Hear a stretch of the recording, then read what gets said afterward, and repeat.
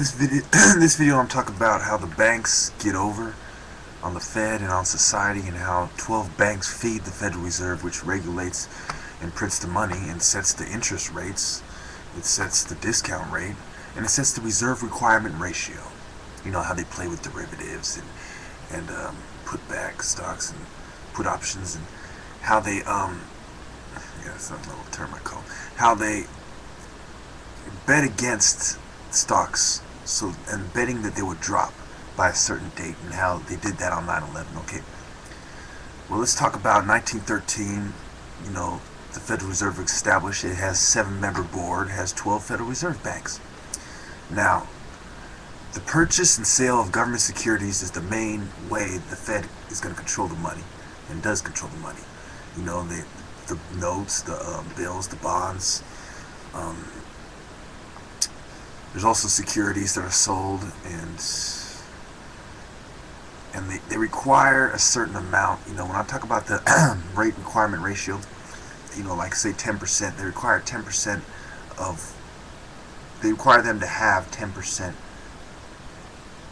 and they can loan out the 90. Now, banks, they purchase securities because they're low risk investments compared to the consumer loans, especially during recessions. See, this is what happened, is that the Fed buys the securities, and the interest rates drop, and the economy gets stimulated, right?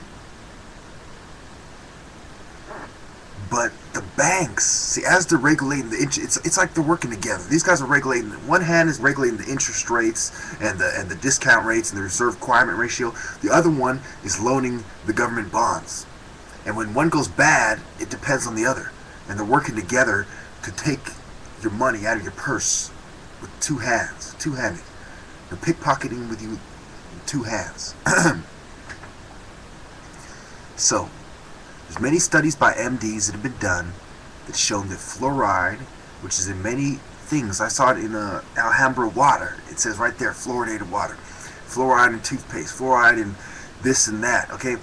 And when you consume too much of it, it builds up in your body, and it has serious side effects, including cancer, and, you know, killing far more brain cells than most drugs out there. So, what is going on here is they're dumbing you down while they're robbing you. You know, that is pretty much what they do in the ghetto. A hustler does, you know, a pimp does to his whore. He dumbs her down, says this is all that matters, is slanging that pussy, none of that important stuff matters, no educational stuff matters. This is what drug dealers do to the crackheads. You know, don't talk anything, you know, they don't want to sit there and talk about anything intelligent, just buy the dope and go on being a dickhead, being a dumbass.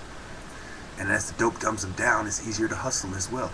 And so it's the same thing with the government. Since they're big-time drug dealers, they're big-time pimps, and they're big-time hustlers and robbers. They're pickpocketing you with both hands. Remember, 12 Federal Reserve banks, 7-member board. 1913 is when it started. Do not forget this. This is key. Okay? This is key. The banks buy government bonds and securities, and they're actually holding up the Fed. So, an article I'd like to touch on before I leave is an article by by Bloomberg. Now let me show you this article. Be so kind.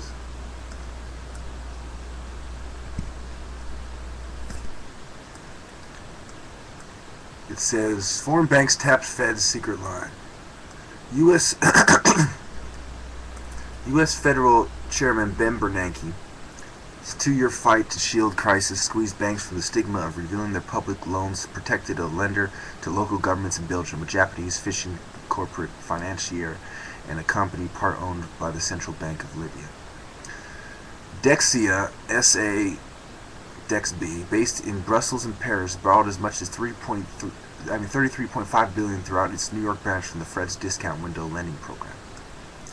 So, the Feds are bailing out the foreign banks as well, and they have that same relationship with them. And who are the bankers? The Rothschild banking cartel, for instance.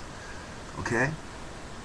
So this one family which controls these banks all over the world, which are getting bailed out, and which are also buying up bonds and buying up companies, and anything that's worth anything they're buying up, while they're controlling the money and the controlling the interest rate at the same time. Think about it. This is very basic robbery. See all the different banks, and any banks they don't own, well, we're going to go to that country and fight them and take them over and do them like we did Gaddafi. That is what they're up to.